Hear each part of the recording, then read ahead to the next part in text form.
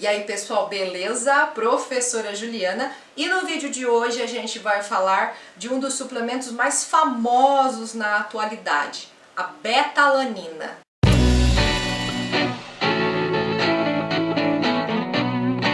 A beta-alanina então hoje é conhecida aí como a creatina esquecida, né? Ela já é liberada pela Anvisa para suplementação, já faz mais ou menos aí 2 anos no Brasil.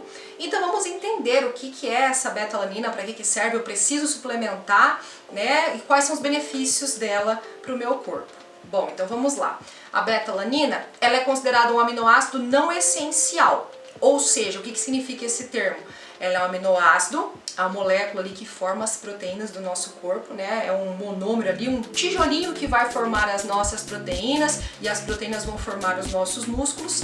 Então ela é um aminoácido não essencial, ou seja, o nosso corpo produz, principalmente pelo nosso fígado e uma pequena quantidade pelo nosso intestino e pelos rins. Porém, quando a gente fala de performance, e aí pensando aí em performance na parte esportiva, cabe a gente fazer a suplementação para que a gente consiga uma quantidade um pouquinho além aí dessa beta-alanina. Mas para que a gente quer essa beta-alanina como suplemento na prática da atividade esportiva? Porque a beta-alanina, quando no nosso corpo ali em forma de aminoácido, ela se une com um outro aminoácido que nós temos também em grande quantidade, que é a histidina, a L-histidina, né, o formato aí que o nosso corpo reconhece dos aminoácidos.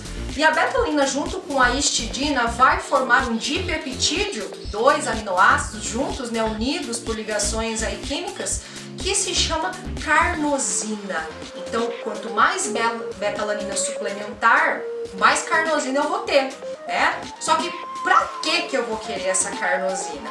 E é aí que entra a função importante da beta-alanina. A carnosina é um dipeptídeo que está concentrado em grande quantidade no nosso coração e algumas regiões cerebrais. E a função da carnosina, então, o efeito dela no nosso corpo é um efeito tamponante. Essa é a principal, então, função, a importância da beta-alanina pra gente. É trabalhar aí para a formação da carnosina e fazer esse efeito tamponante. Mas o que é então esse tal efeito tamponante? O efeito tamponante da carnosina, ou solução tampão, como a gente estuda lá na química, né? É o efeito de regular o pH de determinada solução. No nosso caso, então, falando das soluções dos nossos fluidos corporais, das nossas células. Então, por que ele faria a regulação do pH das nossas células? Como que esse pH poderia se desregular? Bom, pensando aí na atividade física, na prática da atividade física, a gente sabe então que um exercício extenso, um treino que leva à exaustão, ele gera o que a gente chama de estresse ou dano oxidativo. Nós temos vídeo aqui no canal da Prof. Ju aqui, com vídeos falando sobre as vitaminas antioxidantes, vitamina A, vitamina E, né, função antioxidante. E lá eu explico um pouquinho sobre o que é esse estresse oxidativo, o que são esses radicais livres que se formam no nosso corpo e que são tão prejudiciais. Nesse momento então em que eu estou usando a energia que eu obtive ali da glicose, né, e da minha alimentação, eu vou entrar ali no ciclo da respiração celular, que nós não vamos falar aqui, podem ficar tranquilos, não vamos entrar em detalhes aqui, mas um dos produtos ali da respiração celular são ácidos, são hidrogênios. O ácido lático, que você tanto já deve ter ouvido falar, né? Que causa aí as nossas câimbras e tudo mais. O que acontece com esse ácido lático quando ele está concentrado nas nossas células durante o processo aí de exercício de atividade física? Ele vai fazer então com que o pH, olha ácido, ele vai fazer com que o pH dos meus fluidos estejam acidificados. Qual que é o problema desse pH estar ácido no meu corpo, né? Essa modificação aí no meu músculo e tudo mais. O pH alterado vai alterar também a nossa atividade enzimática. Nós sabemos que as enzimas, que são também ali, né, na grande maioria as enzimas são proteínas, assim como a função que a gente falou aí, né, da beta-alanina e da histidina, formam aminoácidos, é tudo farinha do mesmo saco, mas cada um tem uma função diferente no nosso corpo. Então as enzimas, nesse caso, elas vão trabalhar para o nosso metabolismo funcionar, aumentando a velocidade de uma reação. Quando eu tenho ácido lático acumulado nesse meio, o meu tempo de ação, a atividade dessas enzimas fica alterada, podendo até causar o que a gente chama de desnaturação dessas enzimas, elas se tornam inativas. E isso não é legal para a minha célula, para o meu músculo, para o meu organismo como um todo, o acúmulo desse ácido, né, que a gente chama de acidose. Então a beta-alanina entraria aí nesse aspecto, para a formação de carnosina e para a carnosina manter esse pH celular adequado para as minhas atividades. Então sabe quando você faz aquele treino de exaustão e consegue fazer ali umas 2 ou 3 repetições a mais, né, e não sente aquela ardência, aquela dor, você consegue subir ali a barra, né? É mais ou menos esse o efeito que a beta-alanina vai causar com o passar do tempo. E por isso, então, a função principal da beta-alanina aí seria ajudar com relação a essa questão da fadiga muscular e também, assim como a creatina, né, que é a prima aí da beta-alanina, ela tem função já comprovada na literatura de ser um recurso ergogênico. E o que seria então um recurso ergogênico para a gente relembrar? Porque a Prof. Ju também tem vídeo aqui no canal sobre creatina, dá uma passada lá, dá uma conferida, já deixa um like lá para ajudar também.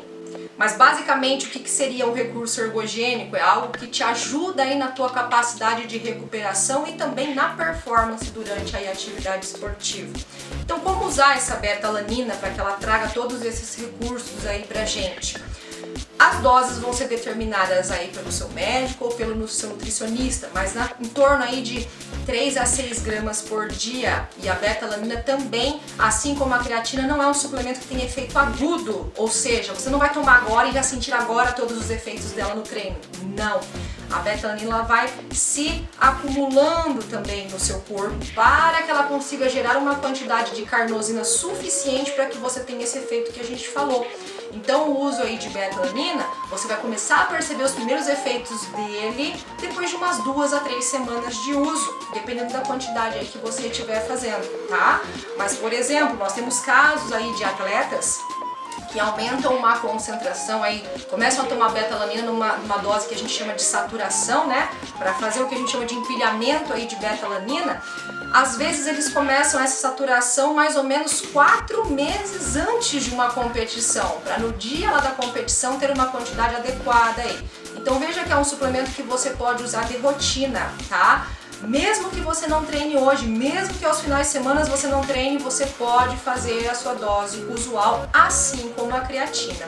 Que horário tomar? Qualquer horário do dia, tá? Porque essa questão do empilhamento aí das doses não vai interferir, não precisa ser exatamente no pré-treino ou no pós-treino, tá? O que se indica geralmente aí junto com a creatina, né, é você fazer o uso próximo de uma refeição. Então tem muitas pessoas que costumam utilizar aí antes ou depois de uma refeição, tá? Mas isso aí pela literatura ainda não tem algo necessariamente especificado em um horário para você utilizar. Use no horário que você achar melhor. E quais são os efeitos colaterais da beta-alanina? Então isso precisamos falar sobre, né? Dependendo da dose a qual você for consumir, a beta-alanina causa o que a gente chama de parestesia. O que seria essa parestesia? É então um formigamento, que você sente uma pinicação, geralmente em regiões de braço, de mãos, de membros e de pescoço, tá? Já tô até coçando aqui, ó, falei da parestesia, já comecei a me coçar. E esse efeito, ele é um efeito da beta-alanina em si? Não, ele é só um colateral e você pode barrar de certa forma esse colateral fracionando a sua dose. Então se a dose que você toma te causa esse efeito, você pode fracionar essa dose ao longo do dia e tomar em várias vezes para que esse efeito passe.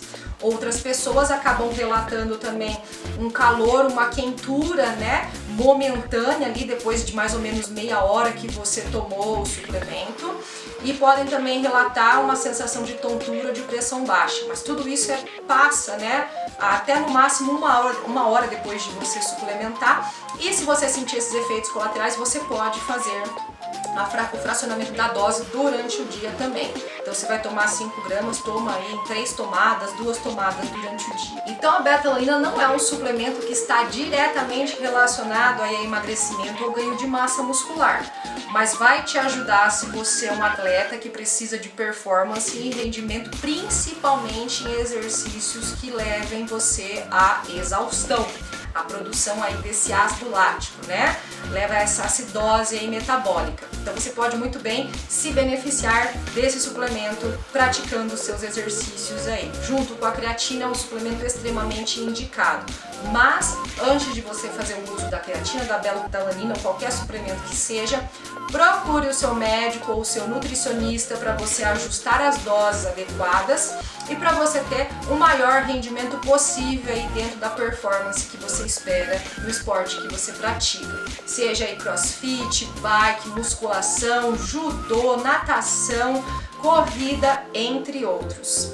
Porque você já sabe, né? Biologia não é só para você estudar os aminoácidos, a alanina, histidina, carnosina e tirar nota 10 na prova, no Enem, no vestibular. Não só.